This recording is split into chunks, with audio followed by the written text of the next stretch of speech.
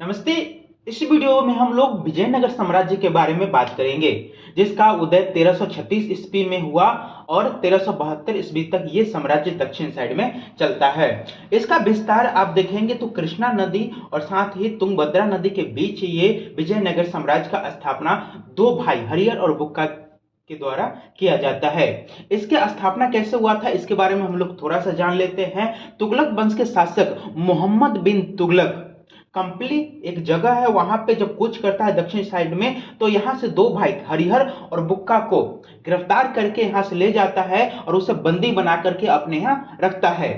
और जब वो हरिहर और बुक्का दोनों भाई इस्लाम धर्म को स्वीकार कर लेता है तो इसे रिहा कर दिया जाता है, साथ ही इसे सेनापति बना दिया जाता है। और जब ये सेनापति बन जाता है तो हरिहर और बुक्का दोनों भाई के नेतृत्व में कंपिल, जहां से इसको गिरफ्तार किया गया था, वहीं पे हमला करने के लिए और उस राज्य को दिल्ली सल्तनत में मिलाने के लिए भेजा जाता है।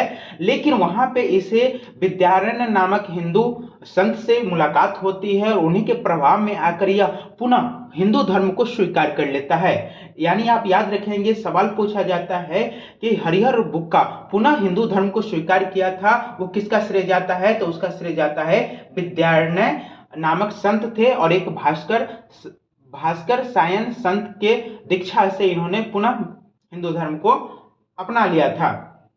और इसी के कहने पर यहाँ पे मुस्लिम राज्य का स्थापना न करके विजयनगर साम्राज्य की स्थापना इस क्षेत्र में कर देता है 1336 में। कौन करते हैं? हरिहर और बुक्का नामक दो भाइयों ने। और इस नगर का नाम रखता है अपने पिता के नाम पर संगम। इनके पिता का नाम संगम रहता है और उन्हीं के नाम पे ये जो क्षेत्र होता है इसका नाम संगम वंश रहता है।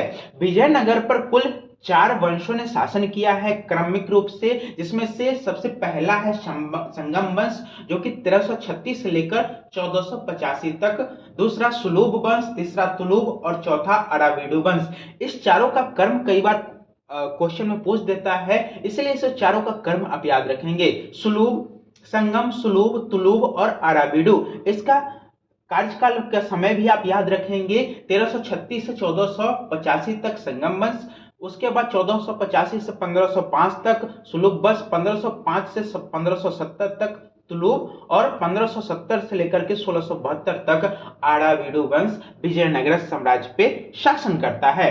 तो सबसे पहले हम लोग समझते हैं संगम वंश के बारे में। संगम वंश की स्थापना हम लोगों ने जान लिया कि हरिहर और बुक्का नामक दो भाइयों ने अपने पिता के नाम पर किया था। उनके पिता का नाम संगम था और इसने पहले राजधानी यहाँ पे देखेंगे तो कर्नाटक के क्षेत्र में अणिगोंडी को बनाया, लेकिन ये नदी के क्षेत्र पे होने के कारण ये कम सुरक्षित था, इसीलिए यहाँ से राजधानी को स्थानांतरित करके पुनः हम्पी लाया जाता है। हम्पी के बारे में आप जान लीजिए कि हम्पी हमारे भारतीय जो नोट है वो 50 रुपए के नोट पर हम्पी का चित्र पीछे बना हुआ है, तो ये भी सवाल कई बार पूछा जाता है। तो हम्पी इसने अपनी राजधानी स्थापित किया जो कि तुंगभद्रा नदी के किनारे ही वो भी है। हरिहर प्रथम मदुरा विजय के लिए अभियान के थ्रू अपने दो बेटे, पहले कुमार सबल को भेजता है लेकिन वो उस क्षेत्र को नहीं जीत पाता है, तो पुनः अपने दूसरे बेटे कुमार कंपन को भेजता है और ये कुमार कंपन मदुरई यानी ये तमिलनाडु वाले क्षेत्र को जीत लेता है। और इसी के कारण कुमार कंपन की पत्नी गंगा देवी जो होती हैं उनके द्वारा मदुरा विजय एक किताब की रचना किया जाता है, जिसमें मदुरा विजय के बारे में चर्चा किया गया है। सवाल पूछा जाता है कि मदुरा विजय किनकी कृति है? तो गंगा देवी याद रखेंगे, इसमें मदुरा विजय के बारे में बताया गया है।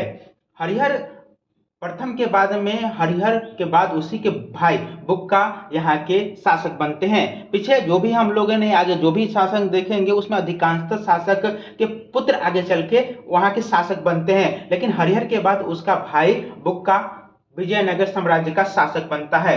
और इसके बारे में ज्यादा कुछ नहीं पढ़ना है, लेकिन आप याद रखेंगे कि इन्होंने वेद मार्ग प्रतिष्ठापन की उपाधि धारण किया था।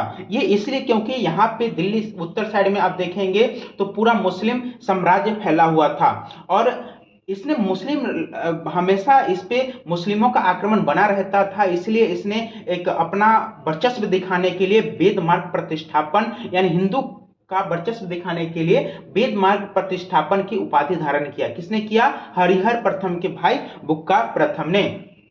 यहाँ पे थोड़ा सा देख लीजिए कि हरिहर प्रथम के बाद बुक्का, बुक्का के बाद हरिहर द्वितीय, उसके बाद देवराय प्रथम, देवराय द्वितीय, मल्लिकार्जुन और इसका लास्ट जो शासक होते हैं विरूपाक्ष द्वितीय, जिसे प्रौढ़ देव भी कहा जाता है, वो संगम वंश के आखिरी शासक होते हैं। जिसमें से हम लोगों ने हरिहर प्रथम के बारे में समझ लिया, हमने बुक्का प्रथम के बारे में भी जान लिया कि बुक्का प्रथम वेद मार्ग प्रतिष्ठापन की उपाधि धारण किए थे। उसके बाद आते हैं हरिहर द्वितीय पे। हरिहर द्वितीय जो कि महाराजा धीराज की उपाधि धारण किए थे। स्टार्टिंग में हम लोगों ने देखा कि ये मात्र कृष्णा और तुंगभद्रा नदी के बीच ही ये छोटा सा जगह था विजयनगर साम्राज्य, लेकिन हरिहर द्वितीय के समय आते आते यहाँ पे हम लोगों ने देखा कि मदुरै विजय कुमार कंपन के द्वारा भी किया जाता है। इस प्रकार धीरे धीरे साम्राज्य का विस्तार होता है और हरिहर द्वितीय के समय आते आते ये लगभग पूरे क्षेत्र पे विजयनगर साम्राज्य का आधिपत्य हो जाता है। ये पूरे क्षेत्र विजयनगर साम्राज्य के अधीन हो जाता है। इसीलिए हरिहर द्वितीय खुद को महाराजा धीराज की उपाधि धारण करता है और यहाँ का शासक बनता है। इसने बहमनी आप यहाँ देखेंगे तो इस साइड में विजयनगर साम्राज्य और यहाँ पे बहमनी साम्राज्य था और इस पे हमेशा बहमनी और विजयनगर के बीच संघर्ष होते रहता था। वो कारण था क्योंकि बहमनी उत्तर में जाएगा तो उत्तर में बहुत ही शक्तिशाली राज्य जो कि मुस्लिम राज्य है वहां पे शासक करता है, तो वहां पे ये जा नहीं सकता है, तो अपने साम्राज्य के विस्तार के लिए नीचे ही जाएगा। और साथ ही यहाँ पे विजयनगर नीचे जाने का इसका कोई साधन नहीं है क्योंकि नीचे हिंद महासागर है, तो ये ऊपर ही जाएगा। तो ऊपर जब जाएगा तो इसको सबसे पहले बहमनी से संघर्ष करना पड़ेगा। इस वजह से बहमनी और विजयनगर साम्राज्य के बीच हमेशा संघर्ष होते रहता था। और उसका एक और वजह है ये कृष्णा के द्वाब और ये तुंगभद्रा के द्वाब वाले क्षेत्र जो कि बहुत उपजाऊ क्षेत्र होते हैं, उसके लिए इस दोनों के बीच संघर्ष होते रहता है। तो इस चीज को आप याद रखेंगे। तो इसीलिए हरिहर द्वितीय ने बहमनी से बेलग्राम और गोवा के क्षेत्र को जीत लेता है। कौन जीतता है? हरिहर द्वितीय ने, और उसने महाराजा धीराज की उपाधि भी धारण की है। हरिहर द्वितीय के बाद आता है देवराय प्रथम। देवराय प्रथम जिनके समय में इटली यात्री निकोला कांटी आते हैं। इटली यात्री निकोला कांटी आते हैं। कौन आते हैं? इटली यात्री, याद रखेंगे, इटली यात्री देवराय प्रथम के समय में निकोला कांटी आते हैं और इन्होंने यहाँ के दिवाली, नवरात्र और दास प्रथा के बारे में विस्तृत से चर्चा किया है। उस समय ऋणदाता जो होते थे, अगर ऋण लेने वाले ऋण नहीं चुका पाते थे तो ऋणदाता जो ऋण देते थे वो उस व्यक्ति को दास बना करके अपने यहाँ रखता था। तो इस प्रकार से यहाँ पे दास प्रथा का भी प्रचलन देखा गया है। देवराय प्रथम के बारे में एक सवाल बहुत बार पूछा जाता है कि इसने हरिंद्रा नदी पर बांध बनवाया था और इस बांध को बना करके अपने सिंचाई के लिए पूरे साम्राज्य में एक नहर का विस्तार किया और लगभग विजयनगर साम्राज्य की राजधानी तक ये नहर ले गया। इसीलिए सवाल पूछा जाता है कि किसने सबसे बड़ा विजयनगर का बांध बनवाया था, तो देवराय प्रथम याद रखेंगे। देवराय प्रथम के बाद आता है देवराय द्वितीय। देवराय द्वितीय जिन्होंने कुछ उपाधि धारण किया जिसमें इमाडी देवराव की उपाधि और साथ ही जगत बेटका की उपाधि भी धारण किया, जिसका अर्थ होता है जग मतलब हाथी और बेटक मतलब शिकारी, यानी हाथी का शिकारी देवराय प्रथम को कहा जाता था। देवराय प्रथम के शासन काल में अब्दुल रज्जाक जो कि फारसी यात्री था या राजदूत कह सकते हैं, ये आया था देवराय द्वितीय के समय में। इसके समय में श्रीनाथ भी आया था जो कि एक कवि था। कुछ समय तक वो यहाँ रहे थे देवराय द्वितीय के शासन काल में। इसने महानाटक सुधि निधि और ब्रह्मा सूत्र 2 किताब की रचना किया है जो कि संस्कृत में लिखा गया है देवराय द्वितीय के द्वारा। और इसके आखिरी शासक विरूपाक्ष द्वितीय जिसे प्रौढ़ पुरुष कहा जाता है, उसकी हत्या करके अगले वंश जो कि सुलभ वंश की स्थापना विजयनगर साम्राज्य पे किया जाता है। तो चलिए हम लोग पढ़ते हैं आगे सुलभ वंश जो कि 1485 से 1505 तक है। वंश के आखिरी शासक विरूपाक्ष की हत्या चंद्रगिरी के सामंत सुलभ नरसिंह के द्वारा करके विजयनगर साम्राज्य पे दूसरे वंश सुलभ वंश की स्थापना किया जाता है। ये वंश 1485 से लेकर के 1505 तक विजयनगर साम्राज्य पे राज करता है। सुलभ वंश के बाद आता है तुलुभ वंश जो कि वीर नरसिंह के द्वारा, नाम में देखिए आप देखेंगे तो सुलभ का सुलभ नरसिंह है, इसमें सुलभ पहले लगा हुआ है, नरसिंह है। बहुत बार आपको आंसर में सिर्फ नरसिंह मिलेगा तो नरसिंह भी आप टिक कर सकते हैं। और वहीं पे तुलुक वंश के संस्थापक वीर नरसिंह हैं। तुलुक के वीर नरसिंह और सुलुभ के सुलुभ नरसिंह या सिर्फ नरसिंह भी बहुत जगह आपको मिलेगा। तो सुलुभ के बाद तुलुक वंश का स्थापना होता है विजयनगर साम्राज्य पर, जो कि 1505 से लेकर के 1570 तक चलता है। और इसी के प्रतापी शासक के रूप में कृष्णदेव राय को हम लोग इतिहास में जानते हैं। कृष्णदेव राय 1509 ईस्वी में विजयनगर साम्राज्य यानी तुलुक वंश के शासक बनते हैं और इसके एक बहुत ही प्रतापी सेनापति रहता है जिसे सुलुभ तुम्मा भी कहा जाता है। यहाँ पे सुलुभ लगा हुआ है तो इसे सुलुभ वंश नहीं समझे, यह तुलुक वंश है, इसीलिए यहाँ पे मेंशन कर दिया गया है, क्योंकि सुलुभ तिम्मा, सुलुभ जैसे समझ में आएगा आपको समझ में आएगा सुलुभ, लेकिन सुलुभ नहीं है, वो तुलुक वंश का कृष्णदेव राय का सेनापति है। कौन? सुलुभ तिम्मा, याद रखेंगे। और कृष्णदेव राय की चर्चा बाबर ने अपनी आत्मकथा बाबरनामा में भी किया है और उसमें कहा है कि कृष्णदेव राय भारत के सबसे प्रतापी शासक में से थे। किसको कहा गया है? कृष्णदेव राय के। कृष्णदेव राय के समय में पुर्तगाली जो यात्री होते हैं डोमिंगेस पायस, वो यहाँ पे आते हैं भारत में विजयनगर साम्राज्य में, और यहाँ पे जब आते हैं तो कृष्णदेव राय से विनती करते हैं छोटा सा स्थान देने के लिए, तो कृष्णदेव राय उसे भटकल में एक किला बनाने के लिए आज्ञा दे देते हैं और इस प्रकार पुर्तगाली कृष्णदेव राय के समय में ही भटकल में एक किला का निर्माण करता है। नेक्स्ट देखेंगे कि कृष्णदेव राय के दरबार में अष्टदिग्गज रहा करते थे और इस अष्टदिग्गज में सबसे प्रसिद्ध अलसनीपेदन थे।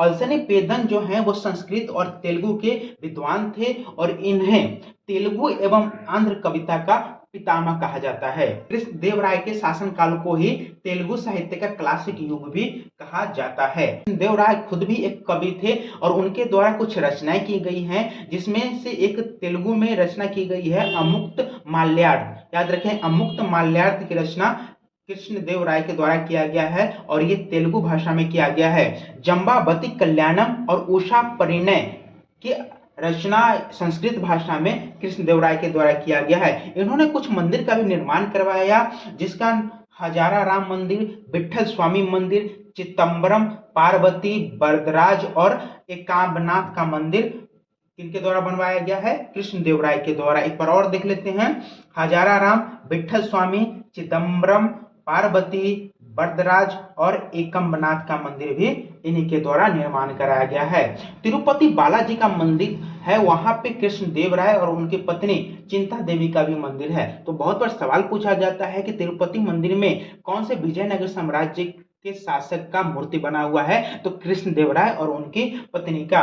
कृष्णदेव राय यानी विजयनगर साम्राज्य का जो लिपि था वो नंदिनी गढ़ी था। याद रखेंगे, नंदिनी नागढ़ी, नंदी नागढ़ी, याद रखेंगे। देव राय को अभिनव भोज, आंध्र भोज और साथ ही आंध्र पितामह भी कहा जाता था। 23 जनवरी 1565 को राक्षसी एक जगह है, राक्षसी तंगरी, वहां पे तालीकोटा एक छोटा सा जगह है, वहीं पे युद्ध होता है जिसे राक्षसी तंगरी तालीकोटा यानी या बनहट्टी का युद्ध भी कहा जाता है। ये युद्ध विजयनगर साम्राज्य के राजा और साथ ही बीजापुर, अहमदनगर, गोलकुंडा, बीदर, ये सभी चारों संयुक्त रूप से लड़ते हैं किसके खिलाफ? विजयनगर साम्राज्य के खिलाफ।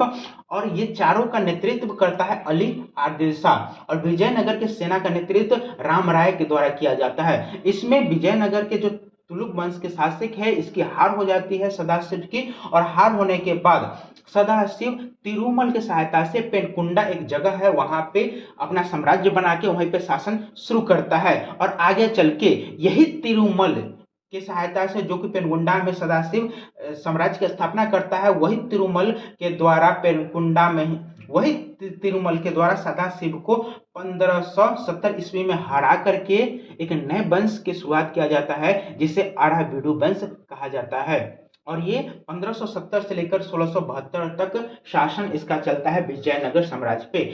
अराविडु वंश विजयनगर साम्राज्य का चौथा यानी आखिरी वंश भी है। और यहीं पे एक शासक हुए हैं वेंकट द्वितीय। वेंकट द्वितीय के शासनकाल में ही बोयडार व्यक्ति के द्वारा मैसूर राज्य की स्थापना किया जाता है, जो कि अभी कर्नाटक है। कुछ इंपॉर्टेंट फैक्ट्स भी विजयनगर साम्राज्य के बारे में हम लोग देख लेते हैं। विजयनगर साम्राज्य का प्रसिद्ध वाद्य यंत्र या संगीत वाद्य कहें तो वो बीना था। बहुत बार सवाल पूछा जाता है, याद रखेंगे बीना प्रसिद्ध वाद या संगीत वाद था। लक्ष्मी नारायण जो कि कृष्ण देव राय के दरबारी भी थे, उन्होंने संगीत सूर्योदय की रचना किया था। भीमक बाष्प पुराण, भीमक के द्वारा बाष्प पुराण की रचना किया गया है और यह बाष्प पुराण लिंगायत धर्म ग्रंथ है। यानी बाष्प पुराण जो कि लिंगायत धर्म ग्रंथ है, उसकी रचना किसके द्वारा किया गया है? भीमक के द्वारा। ये भी याद रखेंगे। और यहाँ पे सिक्का जो चलता था उसे स्वर्ण वराह कहा जाता था। और यहाँ पे संगीत और वाद यानी गीत और वाद को दोनों को मिलाकर एक नई शैली की जन्म हुआ था, जिसे यक्षिणी शैली भी कहा जाता था। और ये बहुत ही प्रसिद्ध था विजयनगर साम्राज्य में। तो उम्मीद करता हूँ कि विजयनगर साम्राज्य को समझने में आपको बहुत मदद मिला होगा। अगले वीडियो में हम लोग बहमनी राज्य को समझेंगे। तो फिलहाल वीडियो पसंद आई होगी तो चैनल को सब्सक्राइब करिएगा, लाइक करिएगा और दोस्तों के साथ शेयर भी करिएगा। Thank you so much.